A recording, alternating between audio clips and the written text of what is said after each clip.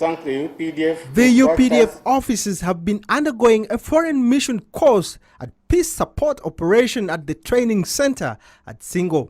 The training was in preparation for their deployment in Somalia to relieve Battle Group 18.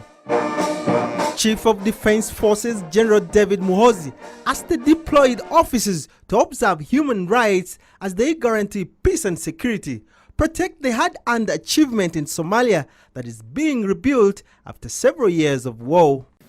Elewa na kuheshimu culture ya Wasomali. Kwanza ni Waislamu, alafu pia wako na culture yao ya kipekee.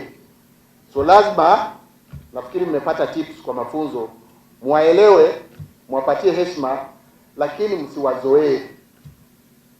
Ndio tunasema siasa ni kitu muhimu kwetu kwa UPDF. Lakini siasa, unaweza kufanya siasa bila kuzoeana. Tuko pamoja?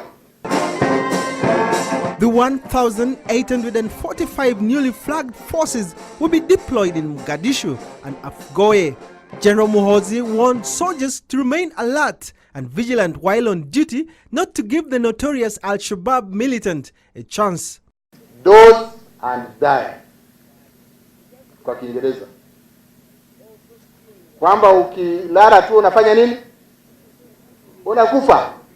After 10 years in AMISOM, the UPDF claimed to have registered tremendous achievement in driving the Al-Shabaab out of Muqdisho, drive Somalia to democratic election, and develop social infrastructures. The UPDF, together with the British partners, will now focus on training Somali army to help build capacity.